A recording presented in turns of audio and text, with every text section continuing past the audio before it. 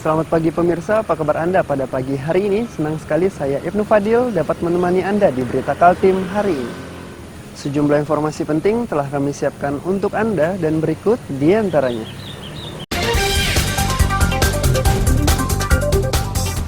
Korban perkosaan bapak kandung mendapat perhatian serius Dinas Perlindungan Perempuan dan Anak Kutai Timur.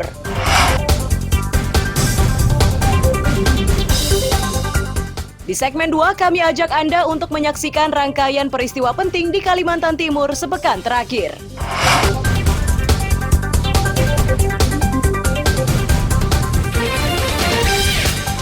Damkar Samarinda kerahkan mobilnya untuk menyingkirkan lumpur di jalan.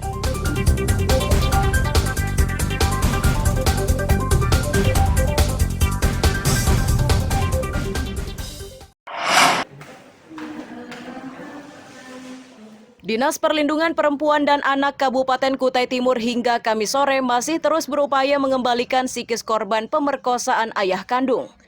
Mereka harus hati-hati karena perbuatan tersebut dilakukan ayah kandungnya sejak korban berusia 15 tahun hingga 18 tahun.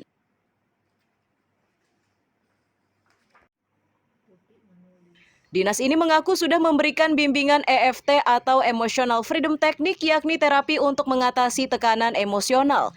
Dari terapi ini diharapkan beban psikologis korban diminimalkan.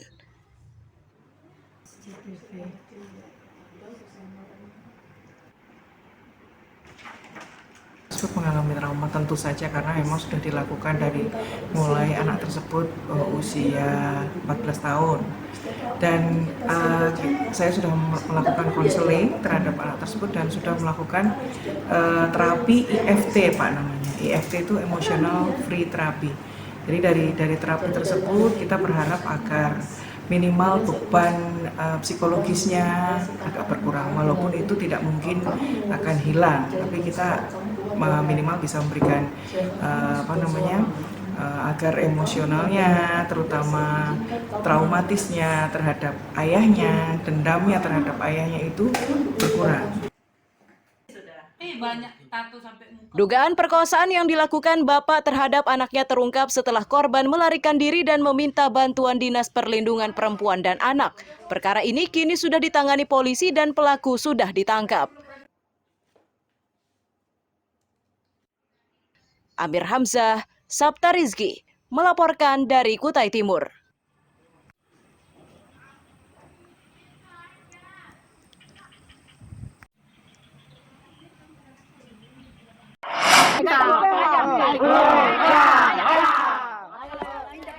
Video amatir perkelahian dua remaja di Kecamatan Gunung Tabur ini viral di Kabupaten Berau. Video berdurasi 29 detik pada 16 Juni 2022 itu diduga direkam oleh rekannya dan kini sudah ditangani polisi.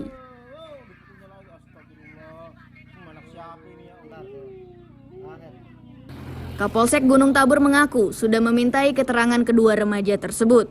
Kedua orang tua pelajar ini pun sudah dipanggil ke kantor polisi. Keduanya bersepakat mengambil jalan damai. Ditegaskan oleh Kapolsek, perkelahian ini dipicu adu mulut.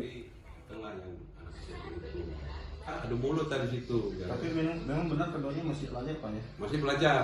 Memang saat itu sih si anak kiri lagi sendiri, terus tiba-tiba datang. Maksudnya si yang anak SMA ini kan lagi sendiri, datanglah yang anak SMP itu. Di awal sih masih katanya dia mau minta rokok. Sambil dia nendang bola, kena lah ke ini. Ya udah, ada mulut tadi situ. Ya. Tapi memang benar keduanya masih pelajar Pak ya? Masih pelajar, jelas masih pelajar dia. Jadi keduanya sudah dipanggil orang tua untuk membuat surat pernyataan. Sudah kita panggil dan sudah kita bikin surat pernyataan. Berarti berakhir damai aja Pak ya? Berakhir damai aja. Intinya ya perlu rekan ketahui bahwa itu memang perkelahian inilah perkelahian remaja lah ya. Nama juga akan disebutkan. Kesepakatan damai pelajar yang berkelahi dibuat secara tertulis. Polisi mengimbau dan meminta warga lebih bijak menyikapi beredarnya video tersebut. Amir Hamzah, Miko Gusti melaporkan dari Kabupaten Berau.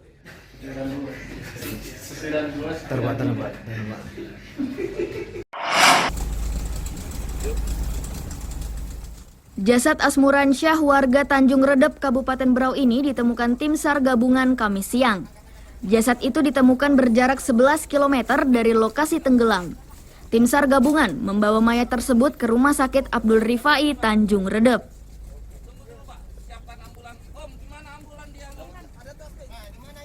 Koordinator Unit Siaga SAR Berau menyebut penemuan ini mengakhiri operasi SAR yang sudah berlangsung 3 hari.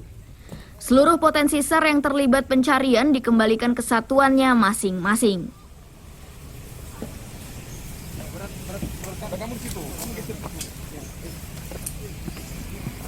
Izin pimpinan melaporkan hari ketiga pencarian atas nama Asmuransyah, usia 69 tahun, alamat Jalan Rambutan, Tanjung Redep, Kabupaten Berau, yang mana hari ini korban dapat diketemukan pada 07.00 dan dievakuasi ke Abdul Rifai dengan kondisi Mike Delta.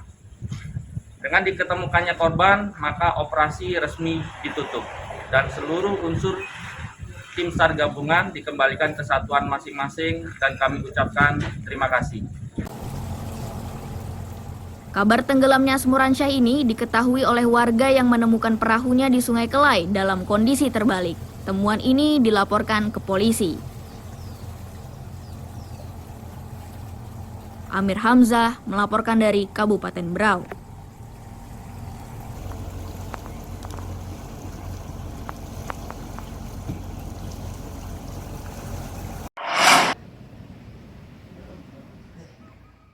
Barang bukti 3 kg daun ganja ini disita dari tangan seorang pria berinisial YD dan kini sudah ditetapkan sebagai tersangka.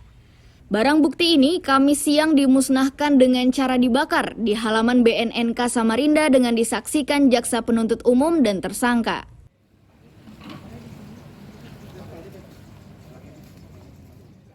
Kepala BNNK Samarinda menyebut daun ganja ini didatangkan dari Aceh. Pelaku dan penyedia bertransaksi menggunakan media sosial dan ganja tersebut dikirim melalui jasa ekspedisi. Pelaku akhirnya ditangkap di Jalan Jakarta Sungai Kunjang. Tadi awas kena anginnya ini. Mabuk. Kena anginnya nih. Ya ini bikin di tengah. Mabuk. Ya jadi sekitar 13 Juni kemarin kita bersama-sama dengan stakeholder kita, rekan-rekan dari Bea Cukai maupun Jasa Pengiriman, salah satu ekspedisi yang dari Kota Samarinda, kita telah berhasil mengungkap peredaran gelap narkotika kurang lebih 3 kg ganja kering yang dari pengembangan ya, bahwa kita berhasil menangkap salah satu pelaku ya, penerima paket tersebut berinisial YD 30 tahun yang ada di Kota Samarinda. Berdasarkan informasi penyelidikan kita bahwa pelaku YD ini memesan barang melalui salah satu pelaku yang ada di Medan yang saat ini masih dalam pengejaran kita dan sudah kita keluarkan DPO di sana. Jadi memesan barang melalui salah satu aplikasi WhatsApp. Usai memusnahkan barang bukti, perburuan BNNK Samarinda belum berakhir. Mereka akan mengejar pemasok daun ganja yang beralamat di Aceh. Sedangkan tersangka kini terancam pidana 20 tahun penjara. Amir Hamzah dan tim liputan melaporkan dari Samarinda.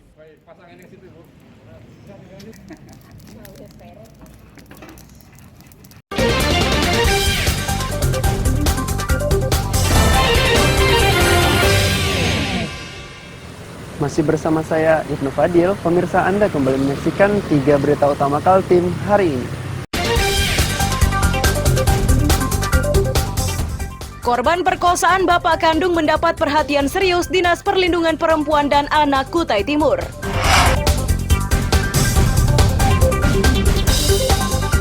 Di segmen 2 kami ajak Anda untuk menyaksikan rangkaian peristiwa penting di Kalimantan Timur sepekan terakhir.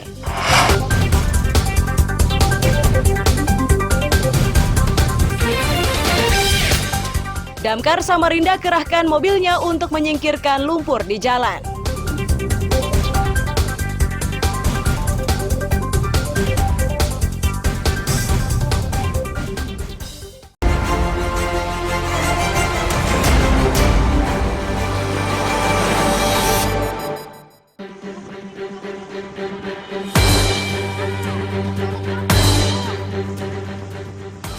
Pria ditangkap polisi usai perlihatkan alat vital.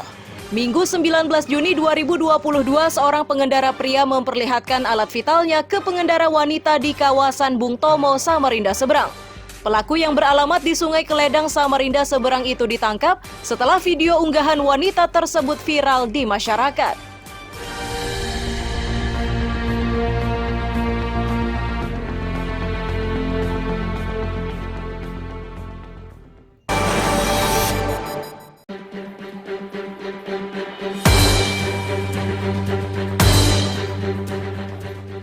Pembobol jok motor diringkus polisi. Minggu 19 Juni 2022, pembobol jok sepeda motor di Tanjung Redep, Kabupaten Berau ditangkap polisi. Setiap beraksi, pelaku menyasar sepeda motor yang diparkir di tempat sepi. Dari 3 kali pencurian, hanya 1 barang bukti yang bisa disita karena sebagian lainnya sudah dijual di Samarinda.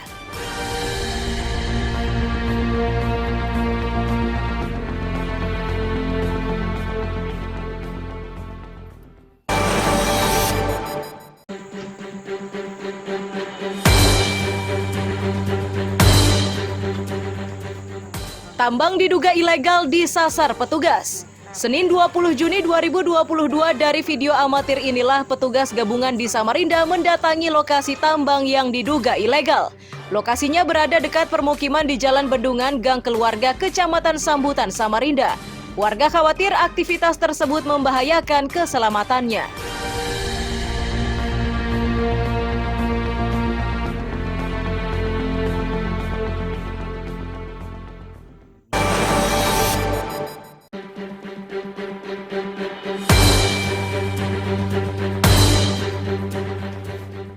Residivis pencurian makin menggila. Senin 20 Juni 2022, pria berusia 21 tahun ini untuk ketiga kalinya ditangkap dalam kasus pencurian. Dari catatan polisi, pelaku yang baru dibebaskan bulan April 2022 itu sudah 16 kali mencuri. Sasarannya yakni rumah kosong di kawasan Teluk Bayur, Gunung Tabur, dan Tanjung Redep.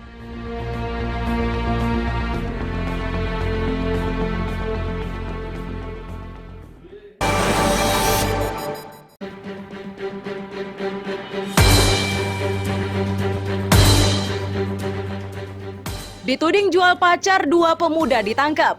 Senin 21 Juni 2022, sejumlah polisi diterjunkan untuk membawa 2 pemuda yang ditangkap relawan kemanusiaan di Samarinda Selasa siang. Untuk menghindari amuk massa, kedua pemuda berinisial GR dan RY ini disembunyikan di kantor Lurah Sungai Pinang. Kedua pelaku ditangkap karena dituding menjual gadis di bawah umur.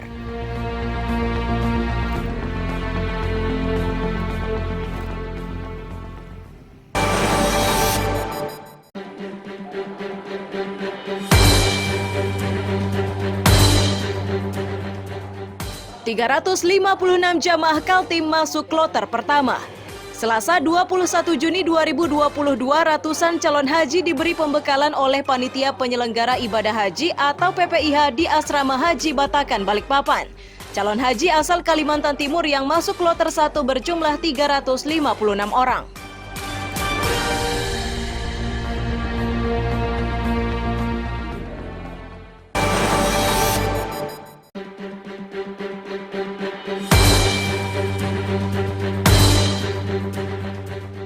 Bapak cabuli anak hingga 100-an kali.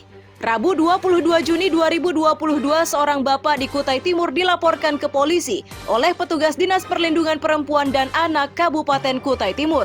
Itu dilakukan karena pria itu dituduh mencabuli anak gadisnya sejak berusia 15 tahun hingga 18 tahun, dicabuli hingga 100-an kali.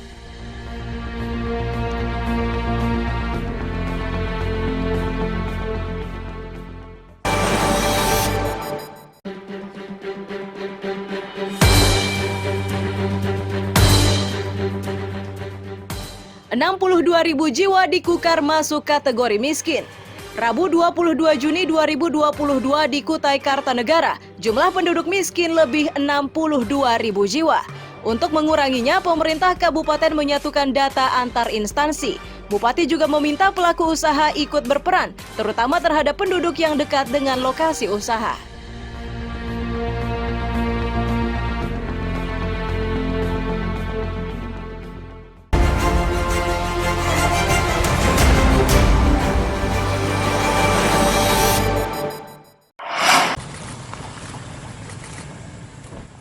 Presiden Joko Widodo bersama Ketua DPR RI, Menteri PUPR dan LHK, Gubernur Kaltim serta sejumlah pemimpin redaksi Rabu siang mendatangi sejumlah titik pembangunan Ibu Kota Negara Nusantara.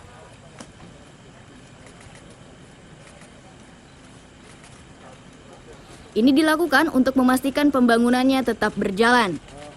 Di antara titik yang jadi perhatian Presiden yakni pembangunan Bendungan Sepaku, pusat pembibitan 15 juta pohon hingga lokasi Istana Negara.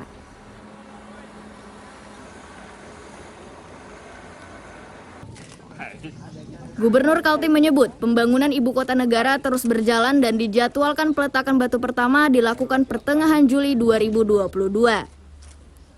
Untuk akomodasi logistik, Gubernur mengaku akan menyiapkan 4 pelabuhan.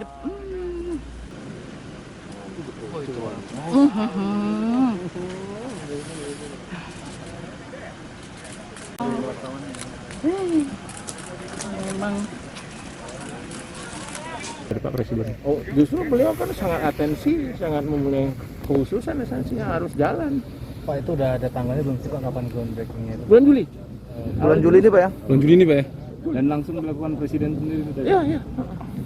Apa Pak bangunan pertama Pak untuk groundbreaking? Ya, infrastruktur, jalan masuk ke sini, jalan tol itu, kemudian istana, kantor-kantor. Pak, terkait utama. Logistik kan jauh Pak ya kalau lewat darat. Oh, sudah disiapkan anunya. Jalannya. Ada 4 pelabuhan dermaga yang sudah disiapkan. Itu di mana aja Pak? Teluk Balikpapan? Teluk Balikpapan. Sama Penajam. Jalurnya dari Balikpapan ya? Di Teluk Balikpapan. Teluk Balikpapan. Usai berkunjung di IKN, Presiden bersama rombongan menuju Samarinda untuk menghadiri Kongres Persatuan Mahasiswa Katolik Republik Indonesia. Amir Hamzah, David Purba melaporkan dari Balikpapan.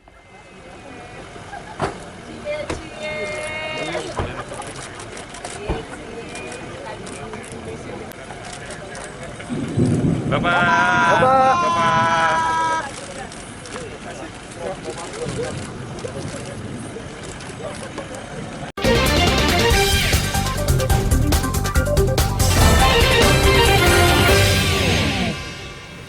Masih bersama saya Ibnu Fadil, pemirsa Anda kembali menyaksikan 3 berita utama Kaltim hari ini. Korban perkosaan bapak kandung mendapat perhatian serius Dinas Perlindungan Perempuan dan Anak Kutai Timur.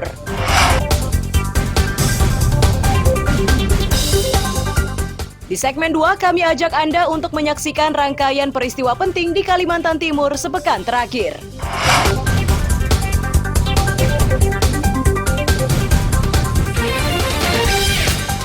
Damkar Samarinda kerahkan mobilnya untuk menyingkirkan lumpur di jalan.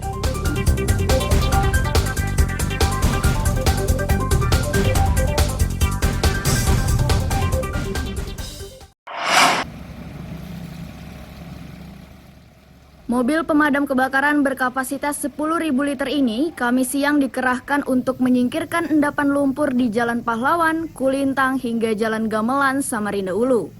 Itu dilakukan karena lumpur tersebut berpotensi mengancam keselamatan pengendara.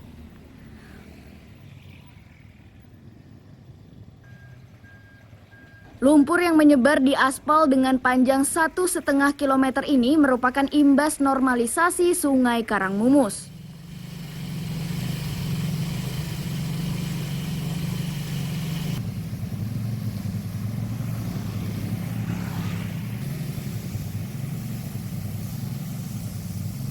Jadi kita ada instruksi dari Kepala Dinas bahwa ada informasi dari Bapak Wali Kota adanya lumpur di sepanjang Jalan Pahlawan dari Jalan Gamelan. Kemungkinan besar itu dari proyek SKM. Proyek SKM ya? Ya. Untuk panjangnya sendiri yang berlumpur?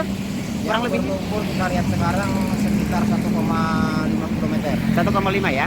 Untuk penanganan sendiri membutuhkan berapa banyak air di unit tangki? Untuk saat ini kita sudah keluarkan 1 tangki air sekitar 10 kubik. Dan kemungkinan nanti kita akan lanjut sekitar sampai 40 kubik atau 4 red. 4 red ya. Personil yang diturunkan hari ini? Ada 5 personel dengan 1 unit armada fire truck. Setelah 3 jam menyemprot, lumpur tersebut berhasil disingkirkan.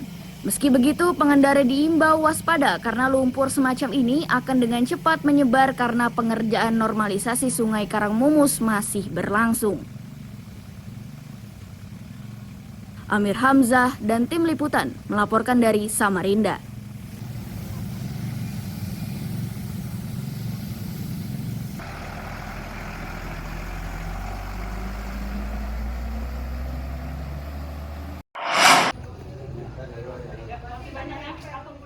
Suasana kantor Kementerian Agama Kutai Kartanegara Kamis siang ramai oleh jemaah calon haji.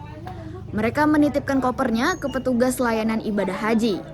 Ini tidak bisa dilakukan dengan cepat karena petugas harus mendata dengan teliti agar tidak tertukar.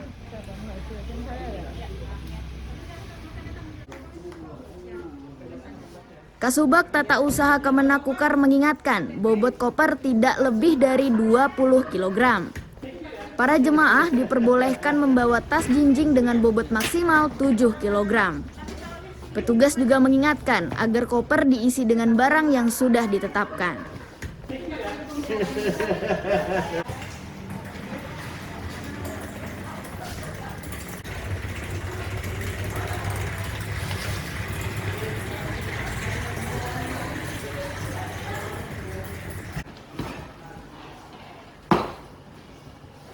Itu koper besar itu hanya 20 kilo maksimalnya. Nah, sedangkan yang tenteng itu hanya 7,5 kg. Kemudian isi daripada barang bawaan di koper itu tidak boleh yang bau menyengat, kemudian yang mudah meledak, benda tajam, itu tidak diperkenankan. Insya Allah itu nanti akan terdeteksi di Embarkasi Balikpapan akan tercek kembali itu, sehingga kami mengimbau di awal-awal ketika para jamaah mengambil koper diisi, sudah kita himbau untuk tidak membawa barang-barang yang dilarang oleh pihak penerbangan sesuai ketentuan itu sendiri. Usai pengumpulan dan pendataan, koper jemaah akan dikirim ke Asrama Haji Balikpapan Minggu siang. Dari Kutai Kartanegara terdapat 241 calon haji. Mereka tergabung di kloter 5 dan 7.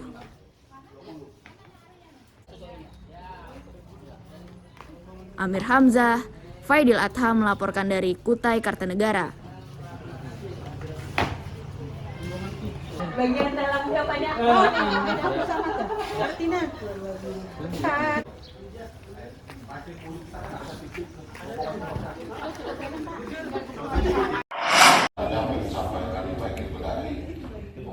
Pembahasan penyelenggaraan Pekan Olahraga Provinsi Kaltim yang digelar di Gedung Dewan Perwakilan Rakyat Daerah Kabupaten Berau berlangsung alot. Panitia besar didesak menambah cabang olahraga, namun pemerintah Kabupaten Berau belum berani memutuskan karena menunggu persetujuan DPRD. Ada kejurnas, di tingkat provinsi ada namanya Portland. Itu ada kronologisnya. Kita kepingin jadi tuan rumah, turun dana turun kita semua bisa jadi tuan rumah. Pertanyaan saya kepada PB. Hasil rapat tadi kesimpulannya langsung yang diminta oleh Pak Ketua DPR adalah sesegeranya melakukan koordinasi antara KONI dan Dispora serta PB Porprov. Kemudian dari koordinasi itu diharapkan ada sebuah keputusan terkait dengan jumlah cabur, lalu ketersediaan, kesiapan penunjang jumlah cabur tersebut. Bagaimana mau menekan angka kenakalan remaja? Sementara itu, Ketua 2 Panitia Porprov memberi masukan agar penambahan cabur diperhitungkan secara matang dengan mengukur kemampuan keuangan. Seperti juga di Spora itu pun belum mandi. Kan udah janji di KONI pada era pertama. Dan sekarang ada berapa? 63 tetap kita dorong karena kalimat ini kan keluar dari Pak Wabung dari sebagai ketua harian. Kalau bisa 63, kenapa tidak? Artinya kan itu kan sebenarnya kan sudah sinyal kuat itu. Nah, kenapa kalau misalnya kalau bisa 63 bahasanya tuh kalau bisa itu berarti dananya hitunglah. Jangan sampai kita bayar utang setelah selesai. Kan jelas itu. Itu nomor satu. Kemudian yang kedua kesiapan venue, tim wasra dari provinsi bukan kita yang katakan. sudah mengatakan bahwa 80% layak. Apanya lagi? Rencana awal cabur yang dipertandingkan hanya 36, namun beberapa cabur minta dimasukkan di Porprov. Usulan penambahan ini mengharuskan DPRD segera memberi keputusan paling lambat akhir Juni 2022.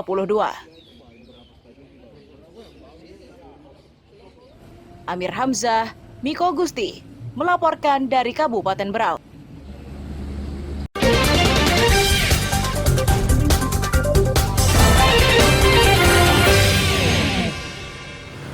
Pemirsa, berita tadi menjadi akhir kebersamaan kita pada pagi hari ini. Saya Ibnu Fadil dan tim redaksi pamit undur diri. Selamat pagi, salam sejahtera, dan sampai jumpa.